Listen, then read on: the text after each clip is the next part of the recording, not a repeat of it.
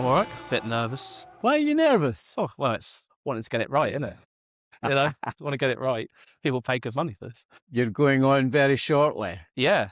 How do you feel before a gig, apart from nervous? Well, I don't know, really. I mean, I suppose it all just sort of plays into one feeling, you know, obviously the nervous, but I don't think nervous in the sort of traditional sense. It's sort of more nervous as in like, it's like that anticipation of feeling of wanting to do it, you know. Yeah, you know, just kind of, you go through the motions and then that it's bizarre because it's like when you take a exam in school, it's like, yeah, it's the anticipation, isn't it? And you build up to it, but then when you sit in your seat ready to take the exam, it all just sort of goes away, doesn't it? Is that how you feel when you go on stage? Well, not like an exam, you know, but it's that sort of build up, isn't it? You want to, and then you sort of plug in your amp and you start playing and you're away.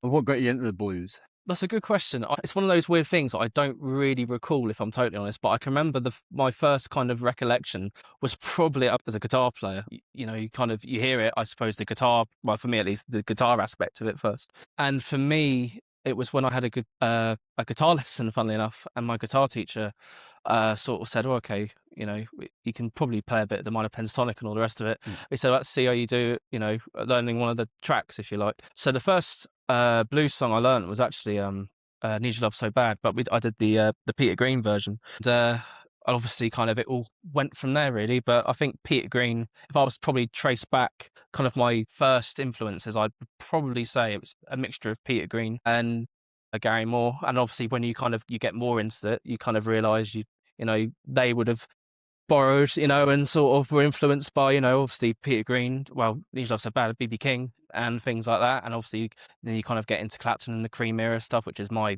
think, I can't speak for just myself, but I think probably for a lot of people who grew up in that particular time period, they would have learned how to play blues from people like Eric Clapton and, you know, the Jeff Beck group, you know, and things like that, and Peter Green. But no, I think the blues, the British stuff was what kind of sparked my love for it first, and then obviously kind of I developed a love for Freddie King and BB King, and even sort of some of the sort of slightly alternate stuff. You know, I love Robin Ford. I love that sort of jazzier side of blues, you know. Or that's probably not the right way to describe it, but that's the way I think about it, at least.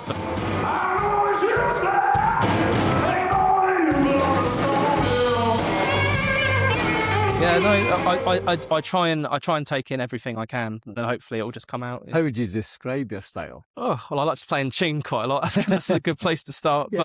But I don't know. I suppose it depends what I'm playing, really. I think like most people, you plug in and you kind of just hope for the best, really. But generally, I suppose, you know, I try and, like I said, I try and sort of absorb as much music as possible. And some of my favourite guitarists aren't necessarily what kind of blues purists would consider. I mean, I'm a big fan of Eric Johnson. So obviously I have that, I kind of got, obviously, I think like most people my age, obviously you were a fan of Joe Bonamassa. And then through Joe Bonamassa, you found people like Eric Johnson and kind of got into that real fast style. So I try and do a bit of that, although not always stick the landing, but I try. I guess overall more in that kind of blues rock vein, but it's kind of quite a giant spectrum, isn't it, to describe, you know? So yeah, maybe more that, but like I say, I always love the kind of the traditional artists, you know. So if I hear it and I like it, I try and learn it best I can, and hopefully it just comes out when I'm playing, you know.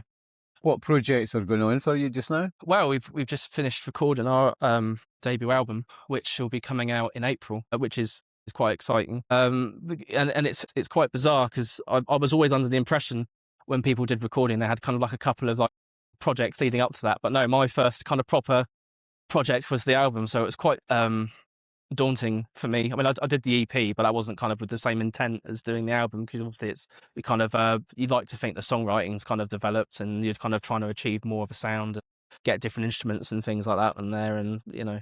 But that's kind of taken up the last year, because we sort of decided we were going to do one in, I think, January last year, so actually about a year ago. Right. You know, well, almost exactly a year ago. Obviously we had tracks from the EP, because we had my friend Ray Drew, he's a phenomenal organ keys player, because we managed to come in and do a bit with us, because we just sort of struck up a bit of a friendship over the last year and a half. He sort of came and did a bit with us, and so we rewrote a couple of tracks from the EP, and then we kind of basically spent last year, so January, writing, then kind of learning and kind of arranging and things like that. And then at the end of the year, we did the album. So Yeah. now we're playing it. You're playing it today? But not all of it, because obviously it's quite a long one. Had to spend a bit more money to get it on vinyl because it's quite a big one. But we'll be definitely playing a select few tracks. Oh, that's great. Look forward to hearing it. Oh, thanks, man. Thank you very much. Thank you very much. Speaking to Blues Matters. Yeah, thank you.